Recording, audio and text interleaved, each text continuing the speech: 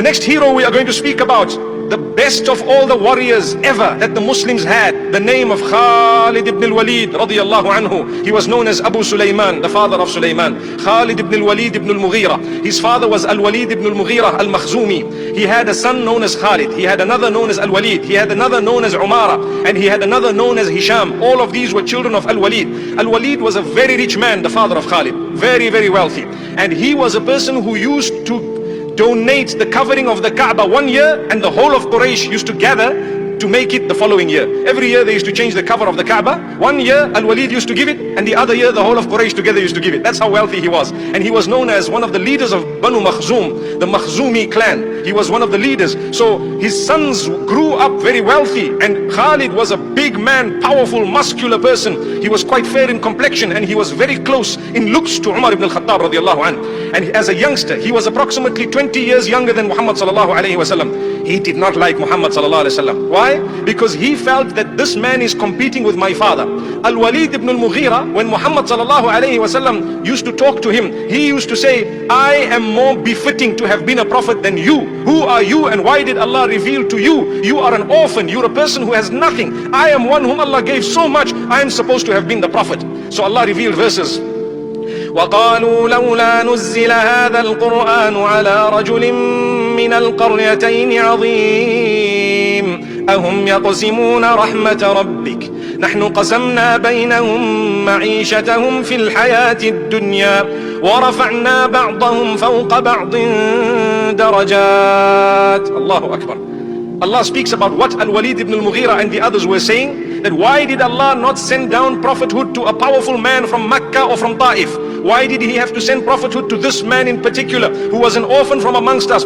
Allah answers them and says, are you the ones who are in charge of distributing the gifts of Allah? Are you the ones who are in charge of distributing the mercy of Allah? Allah says, we are responsible to give whomsoever we wish, and we have raised some above the others in virtue and in goodness and in wealth and in everything else in this world for many reasons, in order to be a test for you. May Allah bless us all. So this was a response, but it's a lesson for us. We become jealous when someone does well in business, that is competing with Allah. Allah replies you here, and He says, why are you jealous? Are you the one who gave, or did I give?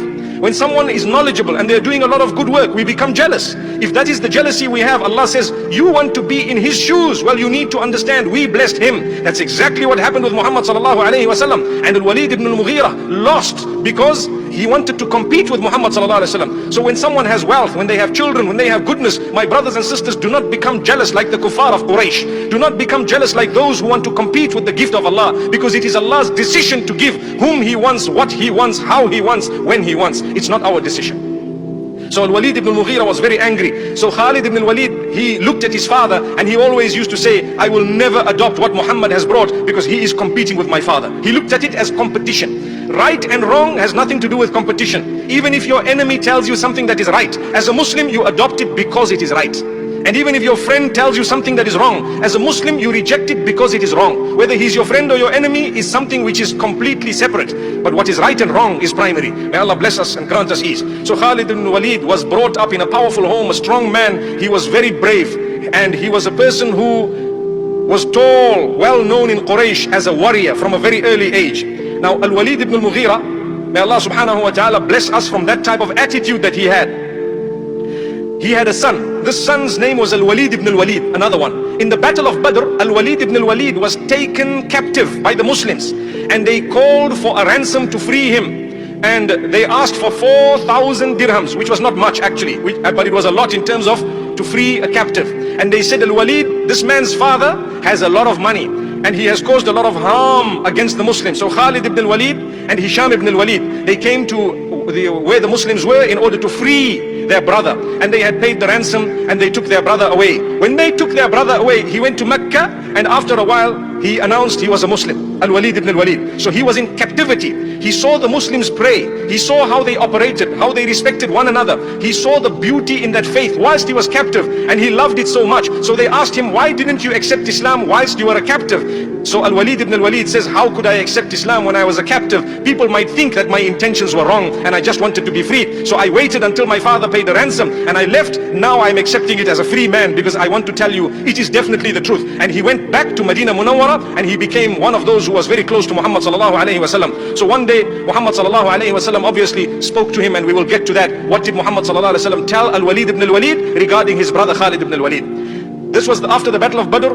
What had happened? At Uhud, Khalid ibn al-Walid had come, and do you know he was on the side of the kuffar, of the enemy, of Quraysh, those who had usurped the wealth of the Muslimin. So Khalid ibn al-Walid, at that time he was not a Muslim. He looked at the archers and he saw that these people have left their positions. So immediately he took a group of men and he went back and swiped the Muslimin by sandwiching them between the enemy. And this is when the Muslims suffered a great loss at the hands of Khalid ibn al-Walid. May Allah subhanahu wa ta'ala forgive us all, and may Allah grant us a lesson. Because the people had not obeyed the instruction of Muhammad sallallahu alayhi wa sallam. So Khalid ibn al-Walid was known as the hero of Uhud from the Qurayshi, or from the Qurashi perspective, from the perspective of the kuffar of Mecca. Now, after that, Khalid ibn al-Walid came for the battle of the trench. You know the battle of the trench that took place a year and a half later? What he did is, he was responsible for executing Muhammad sallallahu alaihi wasallam. He was given the task. You need to watch for Muhammad sallallahu alaihi wasallam and get rid of him. So as he went, he tried here and there, but you know there was a trench that was dug and he just could not get to Muhammad sallallahu alaihi wasallam. It is reported that as he tried to get there by night, Usayd ibn Hudayr radiyallahu anhu had immediately noticed and alerted everyone, and the plan was foiled. So Khalid ibn al-Walid radiyallahu anhu went back to Mecca with those who had lost in the battle. It didn't really take place because obviously the wind had come, and I'm sure we would know the battle of the trench. The kuffar was sent back to Mecca miraculously by Allah subhanahu wa ta'ala. So Khalid ibn al-Walid radiyallahu anhu, at the time of Hudaybiyah, when the Muslimin had come out without any weapons in order to make Umrah, the pilgrimage in Mecca, the kuffar of Mecca stopped them. They had sent Khalid ibn al-Walid with 200 men to go and attack the Muslims. But when he went, he saw that they were praying. They were praying, and he thought to himself, okay, I've got 200 men. Whilst these people go to their prostration, I will swipe at them. But he was shocked that Muhammad sallallahu alaihi wasallam, when he said Allahu Akbar and everyone went to sujood, half of them went to sajda and the other half stayed up. And then when he said Allahu Akbar, half of them came up and half of them went down. And he was saying, what is this all about? That was Salatul Khawf, specific salah prescribed at a time of war, when Muhammad sallallahu alaihi wasallam was given this gift, because Allah says that these people had intended for you to all be in prostration at once so they could swipe at you. So some of you go down and some of you stay up. When some come up, some will go down, and so on. It's a beautiful salah, and it was a gift of Allah subhanahu wa ta'ala. So that is the time Khalid ibn al-Walid radiyallahu anhu, in his heart, the first light had entered. He says, Ar-rajulu mamnu'. That means this man Muhammad, we will never be able to harm him. Impossible. I am a man, I have mastered the military arts completely. I cannot even get close to him for some reason. And so in his heart, he said, this man is going to lead, and he's going to be the winner, and he's going to be victorious. This is what Khalid tells us later, radiyallahu anhu. So after Hudaybiyah, he went back and he received a letter from his brother, al-Walid ibn al-Walid. And the letter said, oh my beloved brother Khalid, I always know you to be a very intelligent person. And as intelligent as you are, it cannot escape you that Islam is correct. With that mind of yours, you are such a powerful person in intellect. The Prophet has been asking about you sallallahu alayhi wasallam. He told me, where is Khalid? Where is Khalid? And I told him, inshallah, Allah will bring him along. He says, the Prophet sallallahu alayhi wasallam says, a man like Khalid who is so intelligent, anyone who is absolutely intelligent will know that Islam is correct. If they are unbiased, they will know that what the Muslims are calling to and what they are worshipping is actually correct. They are calling towards worshipping one maker, the maker alone, and doing good all your life. And this is what is correct. So Khalid ibn al-Walid read the letter and he was touched by it, because now one thing had happened at Hudaybiyah, and after Hudaybiyah, this was the second thing. The third thing, he slept that night and he saw a dream. The dream of Khalid ibn al-Walid radiyallahu anhu, he says, I saw myself on a piece of land that was dry and very, very narrow. And then I saw that I was traveling to another beautiful green piece of land which was very broad. And he said, when I got up, I knew it means go to Medina Munawwara, and that is Islam, and Allah has chosen Islam for you. So he decided to speak to his friends. Who were his friends? Now it was quite tricky to talk to them because they all hated Islam. The first one, he had a friend, and this friend was quite close to him, Safwan ibn Umayyah.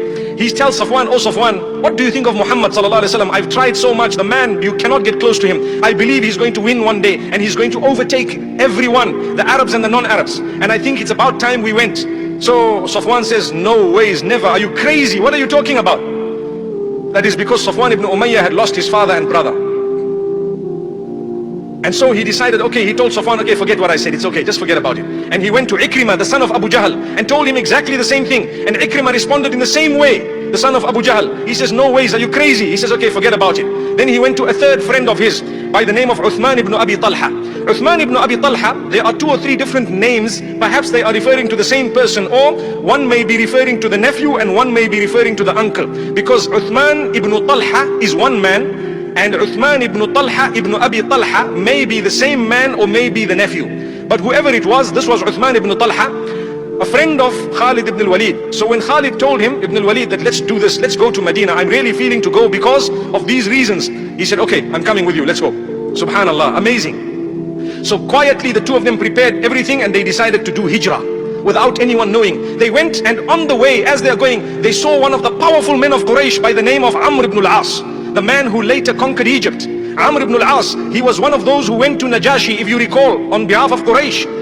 And he was speaking about Ja'far ibn Abi Talib. That was a man, inshallah, we'll talk about him in a few days' time. But Khalid ibn al-Walid and this man, Uthman ibn Talha, they met him and they asked him, oh Amr, where are you going? Or he asked them, where are you guys going? So they said, no, we want to know from you. So Khalid ibn al-Walid radiallahu anhu was brave enough. He said, you know what? We are going to accept Islam and we're going to Medina. He said, guess what? I'm going to do exactly the same thing. Subhanallah. They arrived in Al-Madinah al-Munawwara. The leaders of Quraysh, their children now are here.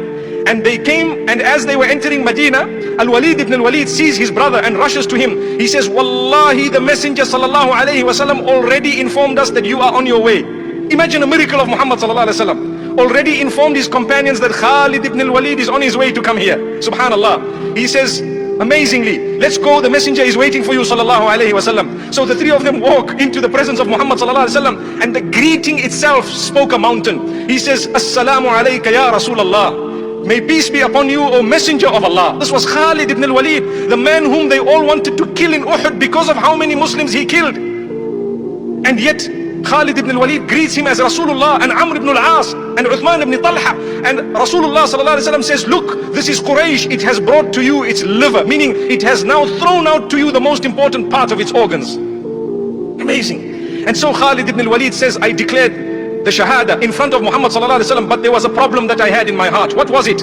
I felt that I killed so many Muslims, and now look at what's going on. I caused so much harm against Islam. So he said, I looked at Muhammad sallallahu alaihi wasallam and I said, oh Messenger, please pray for me. I have caused so much harm against the Muslimin. What will happen to me? May Allah forgive me. That is when Muhammad says, Ya Khalid, innal Islam yajubbu ma qablah. Oh Khalid, I want to inform you that Islam deletes the sins that were committed prior to it.